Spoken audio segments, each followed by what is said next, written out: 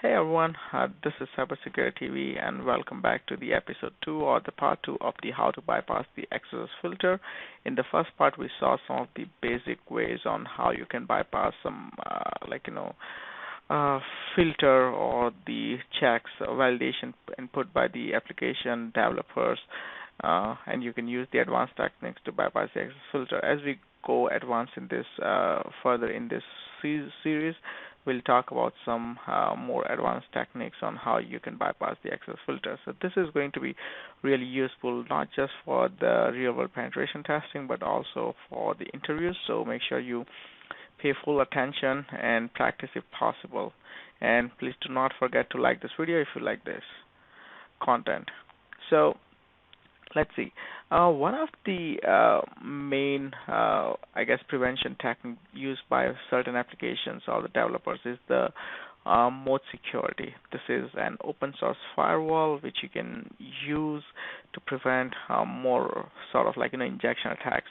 And so what I've done is this is how one of the filter that the mode security has. So as you can see here, it takes various combination regex, various combination on how someone can inject the script, and if it detects something like that, it filters out and prevent the XSS attack.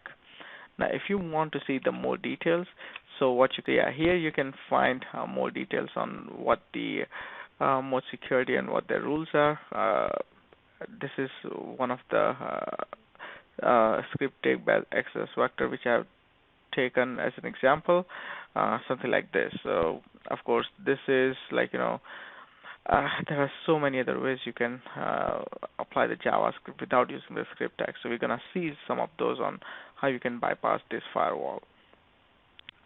So there are still several alternatives in which we are not going to use the script tag, but we're going to use the HTML tags and then relevant event handlers to perform XSS attack. So one of them is ahref. Now everyone knows this is to provide a link. If you want to generate a link on the HTML page, you use the href. What I've done here is you put the href and in the content you put JavaScript alert 1. This will do same as script alert 1 and close script tag. Similarly, you can also use data column tags or HTML, then base64. Again, there is no script tag here, so you can easily bypass that. You can also use the action JavaScript alert 1. So instead of href here, you're using the form tag and the action attribute and providing the JavaScript content to it. Again, we are using the form tag, and then we are using the button attribute to provide or execute the JavaScript within the HTML.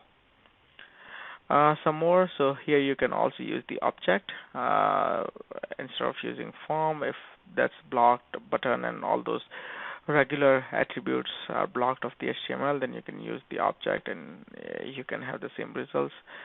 Same way you can use the object data colon text HTML, and similarly you can base64 encode it and provide the input. Now here you can also perform SWF sort of attack like Flash, and it's an interesting tool to perform the Flash attack, SWF type of attack. This is an open source, so of course you can take a look and make sure you go through this and if possible practice as well. This is a really cool tool to perform the SWF sort of attack. This is a short video, but I wanted to show you guys what are the several types of things you can do without using the script tag and still perform the XSS attack. And this might be one of the interview questions that you get asked, and here you have several examples which you can see. You can try. Of course, a lot of automated scanners do have this capability, but not all of them can detect, and because sometimes you can see in the application response whether the application is using the mode security firewall or any other firewall or not, and based on that you can use some of this to bypass based on what rule that they have enabled.